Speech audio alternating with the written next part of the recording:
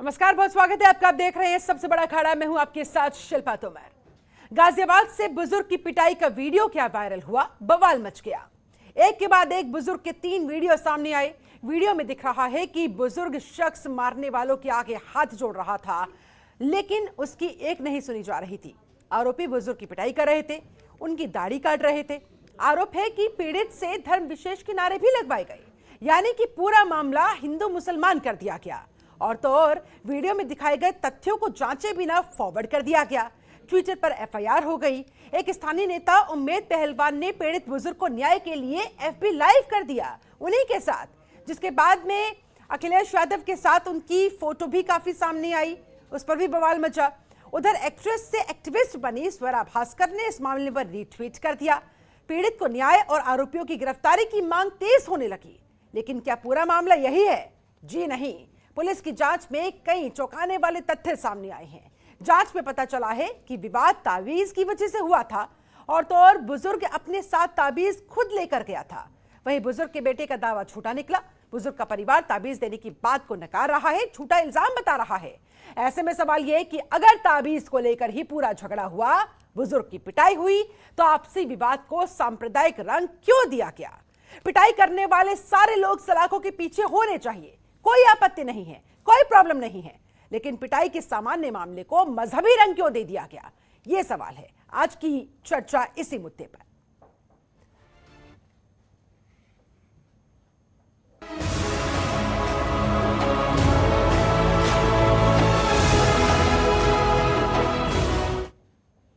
तो गाजियाबाद का बुजुर्ग पिटाई मामला जिस तरह से अब तूल पकड़ता जा रहा है, बहुत सारे सवाल खड़े होते हुए, मसलन क्या आपसी लड़ाई को दिया गया सांप्रदायिक रंग? जी हां, व्यक्तिगत झगड़ा, आपसी झगड़ा, क्या इसे सांप्रदायिक रंग दे दिया गया, जानबूझकर दिया गया? आखिरकार ये गाजियाबाद मामले का सच है क्या? क्योंकि पीड़ित खुद बार बार बयान बदल रहा है। 3 अलग अलग उसके बयान सामने आए हैं। इसके अलावा 2 थ्योरी पुलिस की सामने आई है। तो सच्चाई क्या है, वास्तविक मामला क्या है, ये बड़ा सवाल लगातार बना हुआ है। आखिर ये नफरत की फसल कौन काट रहा है और आपसी लड़ाई को कौन दे रहा है सियासी हवा? आज इन्हीं तमाम सवालों के जवाब ढूंढने की हम करेंगे कोशिश। हमारे साथ एक पूरा खास पैनल इस समय जुड़ चुका है। पैनल का मैं तारुफ आपसे करवा देती हूं। हमारे साथ बीजेपी प्रवक्ता अनीता अग्रवाल जुड़ चुकी हैं, बहुत स्वागत है मैम आपका। हमारे साथ सपा प्रवक्ता कपिल श्रीवास्तव जुड़ चुके हैं, बहुत स्वागत है आपका। कांग्रेस नेता संजय गुप्ता हमारे साथ मौजूद है, आपका भी बहुत स्वागत है। पूर्व डीजीपी ए.के. जैन हमारे साथ जुड़े हुए हैं, बहुत स्वागत है सर आपका। और वरिष्ठ पत्रकार रवि पाराशर भी हमारे साथ स्टूडियो में मौजूद है, हमारे साथ बने हुए, आपका भी बहुत बहुत स्वागत करती हूँ। चर्चा की शुरुआत सबसे पहले कपिल श्रीवास्तव जी आप ही के साथ करना चाहूंगी। जिस तरह से सपा नेता उम्मेद पहलवान का मैं जिक्र कर रही हूं, उन्होंने एफबी लाइव किया, उन्होंने जो दावा किया, बुजुर्ग को न्याय दिलवाने की बात कही, बुजुर्ग की मदद करने की बात कही, सर किस बिना पे ये किया गया था बिना पूरी जानकारी हुए? आखिरकार ऐसा क्यों किया गया उनकी तरफ से? इस पूरे आपसी विवाद के मामले को इस तरह से सांप्रदायिक रंग क्यों दे दिया गया?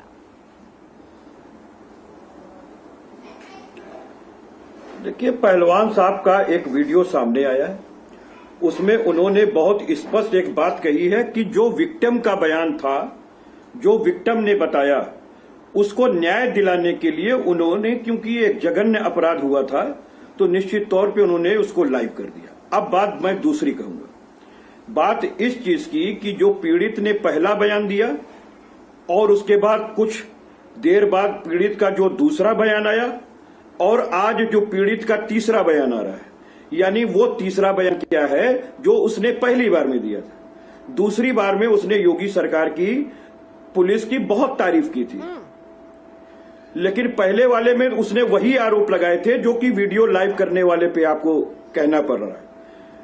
इसमें 9 लोगों के विरुद्ध एफआईआर हुई और इसमें 2 एक्यूज पर्सन को कल बेल मिल गई, यानी कि हमारी सत्र न्यायालय ने जो मेरिट पे बहस सुनी होगी बेल के अंदर, उसमें हमारी पुलिस जो है वो इन्वेस्टिगेशन को इतना कमजोर परोसी, सक्षम धाराओं में नहीं परोसी, विद एविडेंसेस 161 के बयान पर नहीं रखा, जिसके कारण माननीय न्यायालय को प्रथम दृष्टया ये लगा कि इनको कहीं ना कहीं से इनका इसमें कोई पार्ट नहीं है, ये शायद मुलजिम नहीं है, इसलिए उनको बेल दे दिया।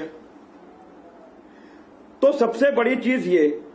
दूसरी चीज, एक बात और, जो विक्टिम है, क्योंकि बड़ी अच्छी बात यह है कि यहां डीजीपी साहब भी बैठे हैं जो लॉ को जानते हैं, और सबसे बड़ी चीज ये है कि यहां पे हमारी जो बहन अनीता अग्रवाल बैठी हैं, ये भी हाई कोर्ट की प्रैक्टिशनर है और मैं सेशन कोर्ट का प्रैक्टिशनर हूं।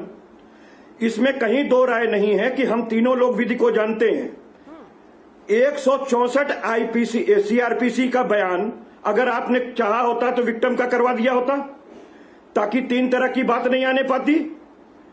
एक आदमी के साथ जघन्य अपराध हुआ, उसके दीन के साथ खेल हुआ, चाहे जिसने भी किया हो, अपराधी तो अपराधी है। हम तो इसमें जाना ही नहीं चाहते कि कौन किया, किस व्यक्ति का धर्म क्या था। अपराध तो अपराध है। अगर किसी व्यक्ति ने किसी की सुन्नत काटी तो यह बहुत जघन्य अपराध है। अगर किसी ने किसी के पीठ पे, इतने बड़े बुजुर्गवार के पीठ पे कोड़ा मार के पूरा सोटा गवा दिया तो निश्चित रूप से बहुत बड़ा अपराध है। अगर किसी ने किसी की इच्छा के विरुद्ध उसको जबरदस्ती ले जाके किसी जगह पे पीटा, यानी कि उसका अपहरण किया गया, 367 भी लगेगी इसमें। तो चक्कर यह है कि ये सारी चीजें पुलिस के सामने थी, तो पुलिस ने जिनको अभियुक्त बनाया वो क्यों इतने कमजोर दलील लेकर के गई पुलिस, या एविडेंसेस का परिशीलन कराने के लिए साक्ष्य जो है नहीं क्रिएट कर पाई माननीय न्यायालय के समक्ष, कि माननीय न्यायालय ने उन्हें बेल दे दी। तो ये तो सरकार पे कहानी उठती है कि आपने एक फोर्जरी की कहानी उठा ली और गुड वर्क दिखाने के चक्कर में पुलिस ने ये काम कर दिया। क्या आप इस बात को नहीं मानेंगे कि बिना जानकारी के, बिना तथ्यों को जांचे परखे, इस तरह से उसको मजहबी रंग देकर आगे वीडियो बनाकर वायरल कर दिया गया, फॉरवर्ड कर दिया गया? क्या ये गैर जिम्मेदाराना रवैया नहीं था सपा नेता का? क्या उन्हें ऐसा करना चाहिए था? क्योंकि पुलिस की जांच में तो कुछ और ही तथ्य निकलकर सामने आ रहे हैं। पहली चीज कहा जा रहा है कि भाई ताबीज को लेकर विवाद हुआ था। तोमर साहब, बात इसकी नहीं है कि किस चीज को लेकर विवाद हुआ था। This is the matter of investigation, और जो इन्वेस्टिगेशन अथॉरिटी है वो करे। लेकिन मैं एक बात कह रहा हूं कि जिस व्यक्ति ने लाइव कराया, लाइव किसका किया? अपना किया या विक्टिम का किया? बात इस चीज की है कि जब विक्टिम खुद अपना रोना रो रहा है और बता रहा है, तो इसमें पहलवान की क्या गलती है? और इसके पीछे जांचने और परखने की क्या वो है? जांचना और परोचना। अगर किसी पे आरोप लगा है, 161 का बयान दर्ज हो रहा है, आगे चल के अगर आरोप पत्र लगता है तो उसका विचारण कौन करेगा? माननीय न्यायालय करेगी कि हम और आप करेंगे, या मीडिया ट्रायल कर दिया जाएगा? भाई सबसे बड़ी चीज ये है कि मैं एक लीगल पुट कह रहा हूं। मैं इसलिए कह रहा हूं कि हमें हिंदू मुसलमान में नहीं जाना। जिनको 85% का वोट लेना है वो 15% के खिलाफ चीजों को दिखा के करें। समाजवादी पार्टी को इसकी आवश्यकता नहीं, हम तो सबका वोट चाहते हैं। तो हम उस पर जाएंगे ही नहीं, हम तो लीगलिटीज चेक करेंगे। और कोई भी व्यक्ति बात करे मुझसे तो लीगलिटीज पे करे और धाराओं पे करे कि पुलिस ने क्या गुड वर्क किया। ठीक है, लौटेंगे आपके पास। और भी खास मेहमान जुड़े हुए हैं हमारे साथ। AK जैन साहब, पूर्व डीजीपी हमारे साथ जुड़े हुए हैं। जैन साहब, आप इस पूरे मामले को किस तरह से देखते हैं? आपको क्या समझ में आ रहा है? देखिए, इसको अनावश्यक पॉलिटिसाइज किया गया, इसको एक सांप्रदायिक रंग दिया गया। ये ऐसे मामले सब उठाए जाने चाहिए सोशल मीडिया पे, जबकि किसी को ये लग रहा हो कि पीड़ित के साथ न्याय नहीं हो रहा है।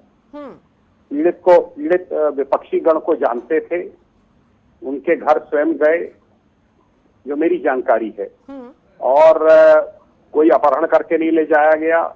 ताबीज को लेकर कोई विवाद था, उनका कहना था दूसरे पक्ष का कि ताबीज पहनने के बाद से उनको कुछ नुकसान हुआ। ताबीज और ये सब बांटने वाले, ये मैं समझता हूँ समाज में एक तरह का अंधविश्वास फैला रहे हैं। और पर जो उनके साथ घटना घटित हुई, जो मैंने देखा, वो निंदनीय है। और उसमें जिन लोगों ने भी ये घटना की है उनके खिलाफ कड़ी कार्रवाई होनी चाहिए। रही बात इसकी कि बेल हो गई, तो बेल ऑर्डर देखना होगा कि बेल ऑर्डर में क्या लिखा है, कि किन ग्राउंड्स के ऊपर बेल हुई है। पुलिस को चाहिए कि एक मजबूत केस बनाकर, जिसमें कि एक बुजुर्ग को पीटा गया है, चाहे कोई भी प्रकरण हो, उसमें कार्रवाई होनी चाहिए। सब अभियुक्तों के खिलाफ कार्रवाई होनी चाहिए। और जहां तक मेरी समझ में आ रहा है, ये कोई सांप्रदायिक प्रकरण नहीं है, ये एक सामान्य अपराध की श्रेणी में आने वाला प्रकरण है, जिसमें की कड़ी कार्रवाई पुलिस की तरफ से की जानी चाहिए और मेरे हिसाब से हो रही है, कार्रवाई हो रही है, उसमें धाराएं लगाई गई हैं। जो भी बदसलूकी उनके साथ की गई है ये निंदनीय है। दाढ़ी काटना किसी की, किसी को मारना, ये जघन्य अपराध की श्रेणी में आता है और उस पर कार्रवाई होनी चाहिए, पर इसको सांप्रदायिक टूल नहीं देना चाहिए। मैं भी एसएसपी गाजियाबाद रहा हूँ, लेकिन सांप्रदायिक टूल दे दिया गया, इसी पर तो आपत्ति हो गई है। यही हमारा आज का सबसे बड़ा सवाल है। लेकिन कपिश जी यहाँ पर कह रहे हैं कि भाई अगर उम्मेद पहलवान के पास कोई विक्टिम जाएगा, न्याय की गुहार लगाएगा, तो उन्होंने मदद के तौर पर एफबी लाइव कर दिया, जिसके बाद वो इतनी तेजी के साथ वीडियो वायरल हुआ, ट्विटर तक पहुंच गया और ट्विटर के बाद रीट्वीट पर रीट्वीट, शेयरिंग पर शेयरिंग होते होते होते होते देखिए आज की तारीख में इस वीडियो को लेकर, खासतौर पर इस पूरे मामले को लेकर ट्विटर तक पर एफआईआर हो गई है। तो क्या होना चाहिए था? इसमें होना ये चाहिए था कि उनको एक जिम्मेदार नागरिक के हैसियत से उनको लेकर थाने चला जाना चाहिए था, उनको बताना चाहिए था कि साहब इनकी बात सुनिए, इनके साथ मारपीट हुई है, चोटें देखिए और कार्रवाई कीजिए, बजाय इसके कि उस मैटर को एक सांप्रदायिक कलर देने का प्रयास किया जाए कि धर्म, एक विशेष धर्म के नारे लगवाए गए, ये किया गया। ये जो उसमें मुल्जिम है वो तो उसमें हिंदू भी हैं, मुस्लिम भी हैं और ये तो लफंगे टाइप के हैं, अवांछनीय तत्व हैं जिन्होंने ये घटना को अंजाम दिया है। ना उनको दाढ़ी से मतलब है, ना उनको किसी चीज से मतलब है। तो एक मारपीट करने वाले लोग हैं। उसमें मुझे बताया गया कि एक दो का पूर्व आपराधिक इतिहास भी है। कड़ी कार्रवाई के पात्र हैं, कड़ी कार्रवाई के पात्र हैं, पर इसको सांप्रदायिक टूल नहीं दिया जाना चाहिए था। ठीक है, कपिश जी जवाब देना चाह रहे जल्दी से सर। और कपिश जी, मेरा एक और आपसे यही सवाल रहेगा कि अगर उम्मेद पहलवान ने सब कुछ एक अच्छी मंशा के साथ किया था, तो अब जब पुलिस उन्हें ढूंढ रही है तो वो भागे क्यों फिर रही है, सामने क्यों नहीं आ रही है, सहयोग क्यों नहीं कर रही है? सर, दोनों सवालों के जवाब एक-एक करके। कपिश श्रीवास्तव। बहुत बढ़िया क्वेश्चन, बहुत बढ़िया क्वेश्चन। पहली चीज तो मैं आपको ये कह दूं कि हमारे माननीय पूर्व आईपीएस ऑफिसर जो बैठे हैं, हम तो एक बात कहना चाहते हैं कि अगर इसको सांप्रदायिक रंग देने, अगर जैन साहब से ही मैं कहना चाहता हूं कि अगर इसको सांप्रदायिक रंग देने की कोशिश की गई किसी व्यक्ति के द्वारा, तो सबसे बड़ी चीज तो ये कहनी चाहिए ना कि अगर कोई लाइव करा रहा है, मैं तो उस पार्ट पर ही कहूंगा, अगर कोई लाइव करा रहा है तो उसके मुंह में अपने शब्द नहीं भरा, और जो उन्होंने कहा वो स्वयं कहा, और उसके तीसरे दिन उन्होंने कह दिया कि जो हमने पहली बार कही चीजों को वही चीज सही है, बाकी पुलिस प्रेशराइज करा रही थी। और इन लोगों ने गुड वर्किंग में जो चीजें की, क्या न्यायालय के आदेश को देखने की आवश्यकता नहीं, हम तो रोज प्रैक्टिस करते हैं। अगर कहीं किसी को बेल मिला है तो इसका मतलब इट मीन्स यही है कि ये प्रूफ करने में सक्षम नहीं रहे कि ये संज्ञेय अपराध प्रथम दृष्टया इन्होंने ही किया है।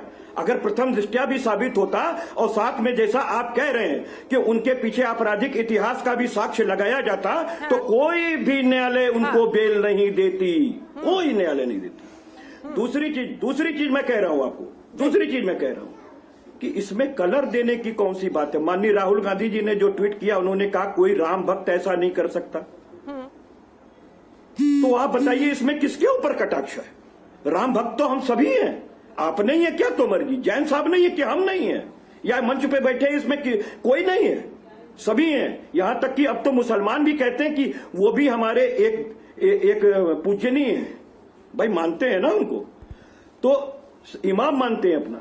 तो मैं एक बात ये कहना चाहता हूं कि देखिए, समाजवादी पार्टी कोई टूल नहीं दे रही है, ठीक है, और न समाजवादी पार्टी की पुलिस है। अच्छा। पुलिस योगी सरकार की है, ठीक है। अगर उन्होंने कहानी भी अच्छी गढ़ी होती और एक सही कहानी गढ़ी होती तो आज ये नतीजा नहीं होता।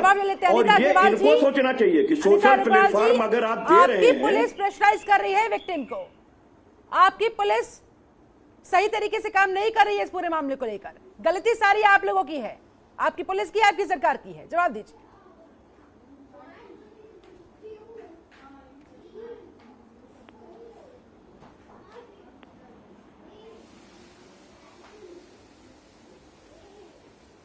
अनिता जी, माफी के साथ आपको रोकना चाहूंगी, आपकी आवाज यहां पहुंच नहीं पा रही है मेरे पास, कुछ लगता है टेक्निकल एरर है। जब तक मैं उसको दुरुस्त कराती हूं, मैं अगले मेहमान के पास जाना चाहूंगी। संजय गुप्ता जी हमारे साथ कांग्रेस नेता जुड़े हुए हैं। संजय जी, आपका फर्स्ट रिएक्शन इस पूरे मामले को लेकर?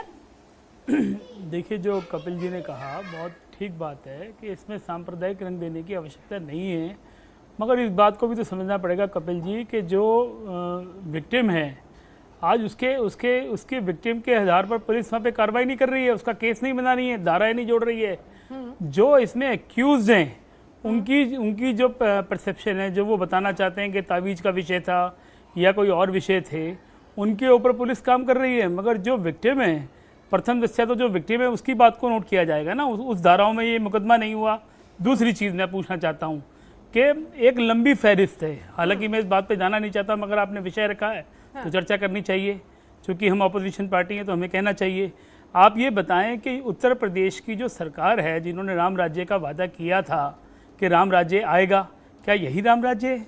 आप अगर कहें तो मेरे पास एक बहुत लंबी फहरिस्त है कि जिसके अंदर इस सरकार के अंदर बैठे लोगों ने समय समय पर, प्रशासन में बैठे लोगों ने समय समय के ऊपर अपने विचारों के माध्यम से और प्रशासन की शक्ति के माध्यम से अल्पसंख्यक जो समाज है उसको समय समय पर दबाने का काम किया है। ये एक सच्चाई है। जैसे मैं याद दिलाता हूँ आपको, बुलंदशहर के अंदर किस तरह से गोकशी के नाम पर किस तरह से वहाँ पर जो सीईओ थे उनकी हत्या कर दी गई।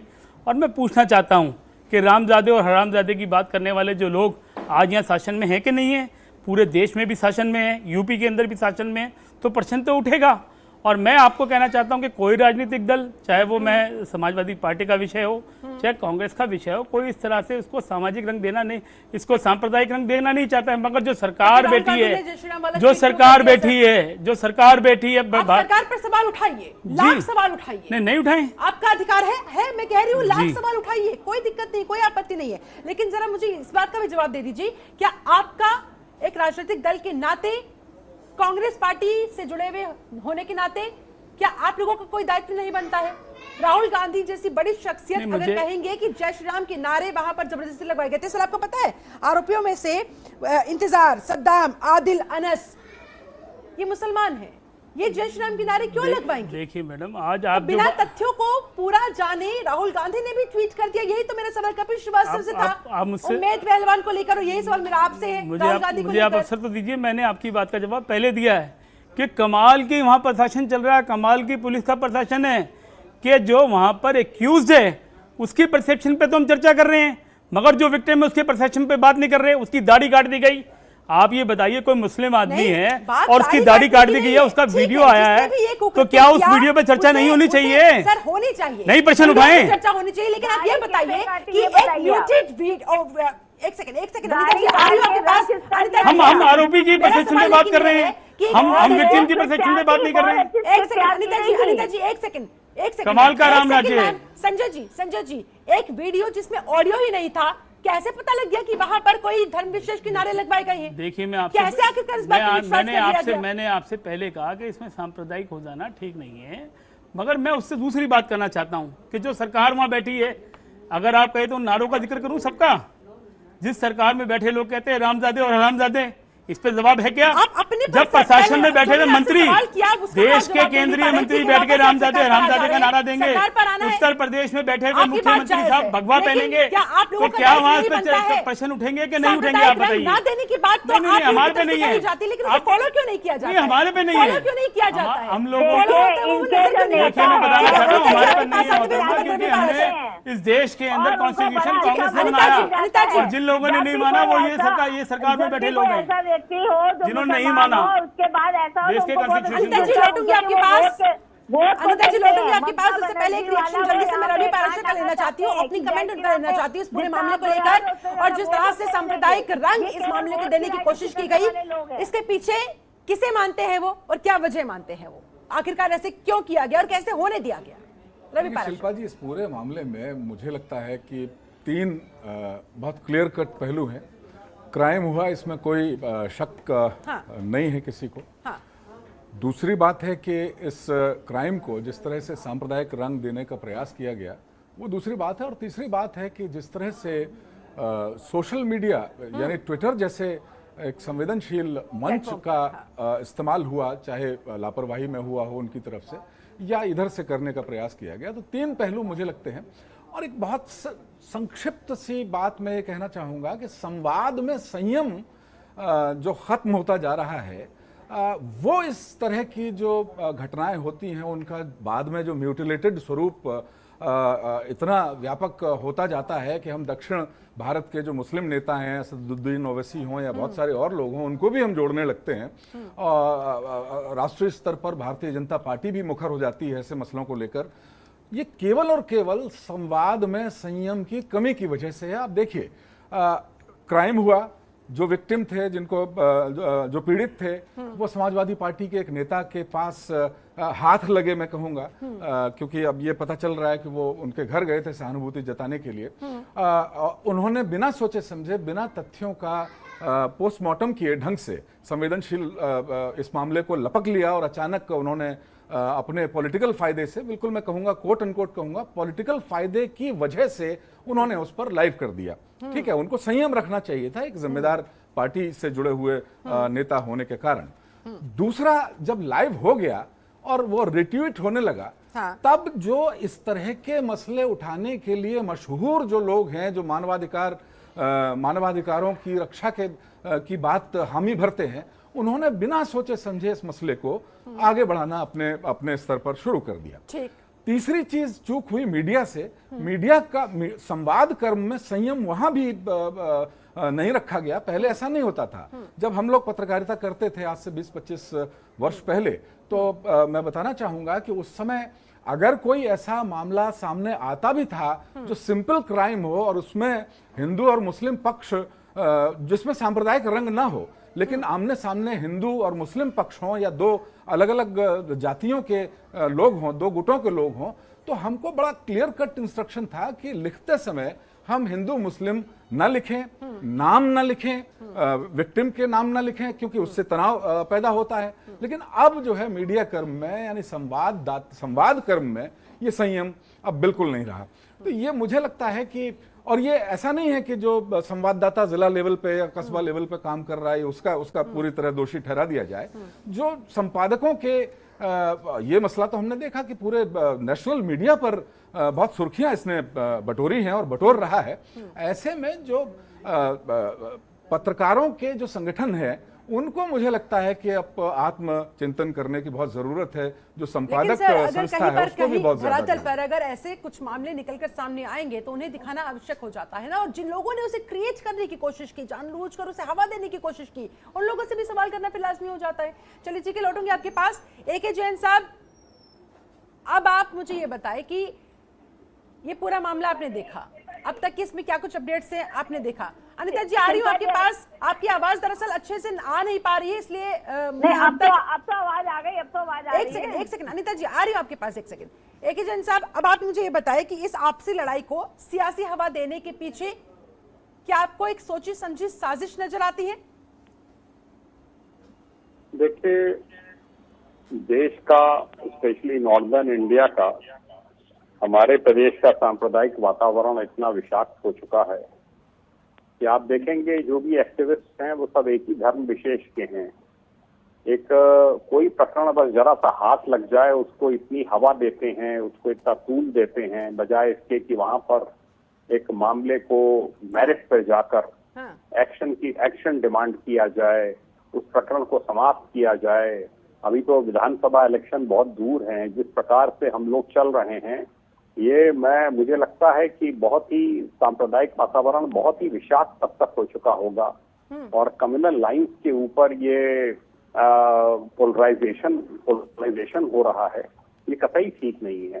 ये इस प्रदेश में सब लोग बड़ा मिलजुल के रहते रहे हैं, सबके आपस में फैमिली रिलेशंस हैं, और अगर कुछ लफंगों ने, कुछ अपराधियों ने इस प्रकार की घटना को अंजाम दिया है तो उसको उसी तक सीमित रखना चाहिए। उसमें अनावश्यक कोई इस प्रकार के इनपुट डालकर की नारे लगाए और ये किया और वो किया, और उसको जो है सांप्रदायिक टूल नहीं देना चाहिए। इससे बहुत वातावरण विषाक्त हो रहा है और ये एक सामान्य क्रिमिनल श्रेणी का अपराध है, क्रिमिनल ऑफेंस है जो कि घटित हुआ है, और इसमें पुलिस सक्षम है कि उनको चाहिए कि वो इनके खिलाफ कार्रवाई करे। ट्विटर वगैरह के लिए भी ये दुर्भाग्यपूर्ण है कि जो इतना प्रिकॉशन लेते हैं हाँ। वो अनवेरिफाइड इस प्रकार के वीडियोस को क्यों आगे बढ़ा रहे हैं। एग्जैक्टली इसी को लेकर तो अब पूरा बवाल छिड़ा हुआ है, सावधानी ट्विटर से बरतनी तमाम चाहिए। सवाल पूछे जा रहे हैं। चलिए ठीक है, बहुत बहुत शुक्रिया आपका संजय, माफ कीजिएगा AK जैन साहब, हमारे साथ जुड़ने के लिए बहुत बहुत धन्यवाद इस चर्चा में शामिल होने के लिए। अनीता अग्रवाल जी, सीधे तौर पर अब आपके पास आते हुए,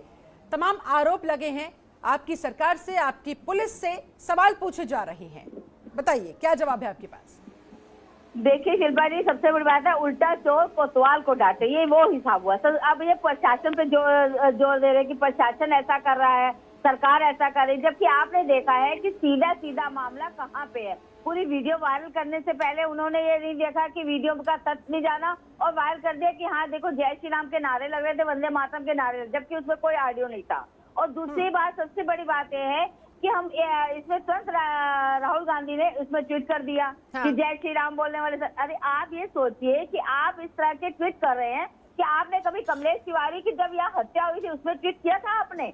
क्योंकि आपको राम पे गाली देने के बाद आप वोटों की राजनीति करते हैं और एक संप्रदाय की राजनीति करते हैं। सांप्रदायिक दंगे ये लोग सेव कराते हैं। अब आप जब कश्मीर का कांड था तब किसकी सरकार थी? इन्हीं कांग्रेस की सरकार थी। और समाजवादी पार्टी की जब सरकार थी, आपने देखा मुजफ्फरनगर जैसे लोगों का किनका पलायन किया गया था, कैसे पलायन हुआ था। ये आप देखिए सांप्रदायिक दंगे खुद करते हैं और नाम दूसरों का दे देते हैं, उसको सांप्रदायिक रंग देते हैं, चाहे समाजवादी पार्टी की सरकार हो चाहे टॉपिक पे भी बोल दीजिए, जो वर्तमान टॉपिक है कुछ बोलिए उस पर। वर्तमान टॉपिक पे भी तो बोल दीजिए। टॉपिक यही है कपिल जी, वर्तमान टॉपिक यही है। अनिता जी, आप पर आरोप ये लगा है कि आपकी पुलिस विक्टिम को प्रेशराइज कर रही है और प्रेशराइज करते हुए ये बयान दिलवा रही है बिल्कुल खुद को बचाने के लिए। जी नहीं, आप उनके बयान देखिए, 3 दिन में 3 बयान अलग अलग दिए हैं उन्होंने। जो अपराध उन्होंने 3 बयान अलग अलग दिए हैं कि नहीं वो मैं उनको पहले जानता था कि कौन है, उसके बाद कहते मैं पहचानता ही नहीं कौन है। जब पहचानते नहीं तो आपने कैसे कह दिया वो हिंदू है? पहले कहते वो हिंदू है, फिर उसके मैं जानता नहीं। जब आप जानते हैं कि पिटाई से आप साबित करना चाहते हैं कि हिंदू की पिटाई है कि मुस्लिम की पिटाई है, आप उनके बयान पे देखिए। ठीक है, माफी के साथ अनिता जी आपको रोकना चाहूंगी, यहाँ पर मुझे छोटे से ब्रेक के लिए रुकना होगा। ब्रेक के बाद जब लौटेंगे चर्चा को आगे बढ़ाएंगे। संजय जी कुछ रिएक्शन देना चाह रहे थे, उनका भी रिएक्शन लेंगे। कपिल श्रीवास्तव से भी आगे सवाल जवाब करेंगे। रवि पाराशर भी हमारे साथ लगातार जुड़े हुए हैं। फिलहाल वक्त छोटे से ब्रेक का, लौटेंगे जल्द। ब्रेक के बाद स्वागत है आपका। आप देख रहे हैं सबसे बड़ा अखाड़ा। गाजियाबाद में एक बुजुर्ग की पिटाई का मामला तेजी के साथ आगे बढ़ता हुआ, तूल पकड़ता हुआ, और अब इस मामले को लेकर बहुत सारे सवाल खड़े होते हुए, मसलन क्या आपसी लड़ाई को सांप्रदायिक रंग दे दिया तो किसने दिया? आखिरकार गाजियाबाद मामले का पूरा सच क्या है? आखिर कौन काट रहा है नफरत की फसल और किस मकसद के साथ? क्या चुनाव का इससे उत्तर प्रदेश में जो आगामी चुनाव है कोई कनेक्शन कहा जा सकता है? आज तमाम सवालों पर जवाब देने के लिए हमारे साथ एक पूरा खास पैनल जुड़ा हुआ है। पैनल के पास एक बार फिर से जाते हुए, अनिता जी ने ब्रेक पर जाने से पहले मैंने जो उनसे सवाल पूछा था उसका जवाब वो नहीं दे पाई थी। अनिता जी, एक मौका और मैं आपको देती हूं, जरा अपनी सरकार का, अपनी पुलिस का पक्ष एक बार फिर से जनता के सामने रखें। उसके बाद संजय जी रिएक्ट करना चाहते हैं, फिर उनका रिएक्शन। जल्दी से अनिता अग्रवाल। देखिए, पुलिस ने पूरी तरीके से इंक्वायरी की है, पूरी तरह से काम किया और FIR की है। पुलिस अपना काम बिल्कुल सही कर रही है, कहीं उसके काम में, लेकिन सबसे बड़ी बात है कि कोई भी काम हो तो आप पुलिस प्रशासन को दोष दे रही है, गलत है। क्योंकि उसकी पूरी उन्होंने कार्रवाई की, पूरी तरह देखा उन्होंने कि जहाँ सच है सच्चाई को सामने ला रहे हैं। अब जब सच्चाई सामने आ रही है तो जो विपक्षी पार्टी है वो इसमें गड़बड़ा रही है, क्योंकि वो उनका उसमें हाथ साफ साफ दिख रहा है। कोई कांग्रेसी नेता निकल रहा है तो कोई समाजवादी पार्टी का नेता निकल रहा है। अब उसको ये कह रहे हैं कि ये पुलिस से साजिश कर रही है। जहां आप दोषी माने जाते हैं वहाँ पुलिस को, यानी कि आपका कहना है कि पुलिस को सारा दोष मढ़ने की बजाय अपनी भी जिम्मेदारी को इनको ध्यान देना चाहिए। पूरी तरीके से आप देखिए। संजय गुप्ता, आपका रिएक्शन, उसके बाद कपिल श्रीवास्तव आपका। आइए सर आपके पास। देखिए अनिता जी, आप अधिवक्ता हैं और किस तरह का आप मैं अधिवक्ता हूँ, इसीलिए मैं कह रही हूँ कि पुलिस ने, मैं तो आपके बीच में नहीं बोला हूँ। पहले हमारी बात सुनिए कि जब आप लोग की सरकार थी कितना, ये आपकी प्रेस कॉन्फ्रेंस नहीं है, नहीं हमारी प्रेस, ये प्रेस कॉन्फ्रेंस नहीं सुनिए आपकी। संजय गुप्ता से आप बात कर रही हैं, कांग्रेस नेता है संजय गुप्ता जो आपसे बात कर रहे हैं इस समय। मेरा निवेदन ये, जी मुझे सुन लीजिए फिर आप कहिएगा। मैं निवेदन ये करना चाहता हूँ, देखिए आप बहुत ज़्यादा तरफदारी कर रहे हैं उस पुलिस प्रशासन की कि जिसके केस के माध्यम से 2 अभियुक्तों को जमानत मिल गई, जैसे कपिल जी बता रहे थे, और उसके अंदर कितनी सक्षम धाराएं पुलिस ने वहाँ पे प्रयोग की है ये भी सामने दिखाई दे रहा है FIR को देख करके। तो अंदाजा लगाया जा आपने सकता है देखा उन्होंने कि कितने नहीं, आप बार फिर बीच में यहाँ बोल रही हैं, आप मुझे अरे संजय प्रोटेक्ट जी, करें, इस तरह से सुनिए, कैसे चर्चा हो सकती है? सुनिए। ठीक है अनिता जी, आपकी ओके बात ना, आ प्लीज। गई है। अनिता जी बस इतना कहना चाह रही है कि जब पीड़ित खुद ही बार बार बयान बदल रहा मैं है, उस पे मैं आ रहा हूँ, आप सुन तो लीजिए, आप अधिवक्ताएं कैसे मुकदमा लड़ती होंगी, सुन तो लीजिए आप। मैं कहना चाहता हूँ कि कोई आरोपी, अरे सुन तो लीजिए अनिता जी, सुन लेते हैं। लगातार आप ऐसे ही करती और हैं। कमलेश तिवारी का भी इन्होंने सवाल उठाया। मैं आ रहा तब आप हूँ, लोगों मैं ने क्यों एक नहीं मिनट किया? में अपनी बात, इनकी बात 2-3 क्वेश्चन उन्होंने पूछ लिए। पहली बात तो मैंने कहा कितना सक्षम प्रयास पुलिस का आपने देख लिया। इससे पहले जाएं तो कुलदीप सेंगर के मामले में भी देख लिया। इससे पहले चले जाएं तो मैंने आपसे कहा कि बुलंदशहर में, अरे सुन लीजिए अनिता जी, फिर ये किस तरह से आप चर्चा, क्या बात कर रही हैं आप? अनिता जी, दिस इज ये आप चैनल पे, राष्ट्रीय चैनल पे बहस कर रही हैं, आप तो किस तरह की चर्चा कर रही हैं? आप संयम रखिए ना, संयम रखिए थोड़ा सा। प्लीज समय जाया ना करें, आप दोनों से मेरी दरख्वास्त है। मैं निवेदन ये करना चाहता हूं कि सभी रूप से उत्तर प्रदेश की पुलिस का स्तर और उसकी काम करने की योग्यता, और इस केस के अंदर भी आज वो सब विदित है, इसमें बताने की आवश्यकता नहीं है। चलिए मान लेते हैं, मैं इससे अगली बात पे जा रहा हूँ, अगली बात पे जा रहा हूँ। क्या जिम्मेदारी बनती है ये मैं भी तो एक सुनिश्चित होनी मिनट चाहिए ना। मैडम, एक आपने क्वेश्चन ये पूछा कि अब ये आरोपी के जो बयान है उसके ऊपर लगातार चर्चा कर रहे हैं। विक्टिम के बयान पे कोई चर्चा करना नहीं चाहता है, ना हो रही है, ना पुलिस परसेप्शन में जा रहा है, ना कोई प्रशासन उस पर ध्यान दे रहा है, ना ये बीजेपी के प्रवक्ता दे रहे हैं। मैं कहना चाहता हूं कि जब भी कानून के अंदर जिसके साथ अन्याय किया गया है, ये तो हम मान रहे हैं ना, बेसिकली अन्याय तो हुआ है, उसको धार्मिक रंग नहीं मिलना चाहिए था। मगर मैं इसमें दूसरी बात कर रहा हूं कि जब उसमें दाढ़ी काट दी जाती है, जब इस तरह की बातों का आरोप लगता है, तो ये तो अभी जब इसकी हम इसकी फिर आप अनिता जी को बुलवा दीजिए, कोई बात नहीं। आप क्या किस तरीके आप क्या अनिता जी एक एक करके बात होती है, आप इस तरह से डिबेट नहीं होती जैसे आप कर रही हैं, और दोनों का समय और आप सम्मानित अधिवक्ता, रुकिए तो सही 1 मिनट। ठीक है, एक सेकंड। संजय जी की बात, अरे किस तरह का आपके अंदर के पेशेंस है, मैं समझ नहीं पा रहा संजय हूं। जी जल्दी से बात फिनिश कीजिए। मैं फिनिश कर रहा हूं मैम। तो इसके अंदर 900 चूहे खा के बिल्ली हज को चली, इनकी सरकार और इनकी केंद्र सरकार और इनके संगठन का स्वरूप सारा देश जानता है, पहचानता है, इसलिए आरोप लग रहे हैं, नहीं तो इस तरह से आरोप नहीं लगाने की जरूरत है। जल्दी से सर, एक लाइन में जवाब। आरोप पार्टी के तौर पर आपकी क्या जिम्मेदारी? रामजादे और हरामजादे का नारा देने वाले के खिलाफ एक्शन लिया आपने? सुनिए सर, कोई एक्शन लिया क्या? जिम्मेदारी बनती होगी, राहुल गांधी की भी तो कोई जिम्मेदारी बनती होगी, उस पर जवाब कौन देगा? बात करने वाले काल्पनिक है राम, ये आपकी सरकार बोलती है। अरे भैया, जितने राम आपके हैं उतने कांग्रेस के लोगों के भी राम है, और इस देश के अंदर 60 सालों तक सभी हिंदुओं ने भी कांग्रेस को वोट दिया, तभी सरकार बनती थी। अनिता जी, आप ठेकेदार नहीं है, बात हो गई है। अनिता जी, जब आप ठेकेदार नहीं है, ना बनिए। प्लीज मैम, और भी मेहमान बैठे हुए हैं, उनको भी बोलने का आप तो राम को बेचते हैं, घोटाला करते हैं राम के नाम पर। ठीक है संजय जी, प्लीज आपकी बात हो गई है। कपिल श्रीवास्तव, हमेशा राम को नाम पे अनिता जी अरे आप बेचते हैं राम के नाम अनिता को। जी सुन लेते हैं। I am requesting you again. सेतु का कोई अस्तित्व नहीं है, ये आपकी सरकार ने बोला था। अनिता जी, डिबेट्स को ऐसे नहीं किया जाएगा मैम, ऐसे नहीं होगा। आप अगर जवाब देना चाहती है तो पहले सवाल तो सुनेंगी ना, या अपना ही राग अलापती रहेंगी? एक एक करके मैम, प्लीज। मैं एक बार फिर से आपसे रिक्वेस्ट करती हूं। ठीक है, कपिल श्रीवास्तव कुछ कहना चाह रहे बहुत देर से, पहले उनकी सुन लेते हैं, उसके बाद आपके पास आते हैं। कपिल जी। नहीं शिल्पा जी, हम आज की डिबेट बिल्कुल पॉइंटेड बहस की तरह करना चाहते हैं, क्योंकि हमारी बहन भी अधिवक्ता है और मैं भी अधिवक्ता हूं। मेरिट की बहस की जाए, हम लोग क्या जरूरत है राजनीति में पढ़ने की? अगर कोई ऑफेंस हुआ है तो वो स्टेट के विरुद्ध हुआ है, और कोई लॉ एंड ऑर्डर का फेल्योर हुआ है तो स्टेट की तरफ से हुआ है। दोनों कमियां, राजनीतिक डिबेट हो रही है, और राजनीतिक डिबेट में आप कह रहे हैं राजनीतिक बहस ना करिए। सबसे पहले ये बताइए, जब आपकी सरकार थी, यहाँ पे लोगों का पलायन हुआ था, तब आपने क्यों नहीं कुछ बोले? जब यहाँ पे क्या कहते हैं, आप कमलेश तिवारी की हत्या हुई थी, तब क्यों नहीं आप बोले कि खाली पॉइंट पे बात करिए? ये हाई कोर्ट की बहस नहीं है, कोर्ट की बहस नहीं हो रही है, राजनीतिक डिबेट हो रही है। राजनीतिक डिबेट में राजनीति की तरह बोलिए। आप कैसे बात कर रहे थे? ठीक है अनिता जी, आप बोलने देंगी तभी तो वो बोलेंगे ना। अनिता जी सुन तो लीजिए, अनिता जी सुन तो लीजिए, बोलिए। Kapil Srivastava, please continue sir. नहीं, हमारी जी बिल्कुल, हमारी बड़ी बहन है, उन्होंने कहा कि अब आप राजनीति करिए, लेकिन हम नहीं करेंगे। बड़ी बहन को हम ठुकरा रहे हैं, उनकी ये इजाजत, मैं नहीं करूंगा राजनीतिक डिबेट, मैं लीगली करूंगा। मैं एक चीज कह रहा हूं कि सीआरपीसी का सेक्शन 154 हम क्यों करेंगे भाई? 85% का ध्रुवीकरण जिसको फायदा देगा वही करेगा इस तरह की कपिल वीडियो। सर की बात रखिए, और चलिए हिंदू मुसलमान भी वही करेगा। दर्शक भी इंतजार कर रहे हैं।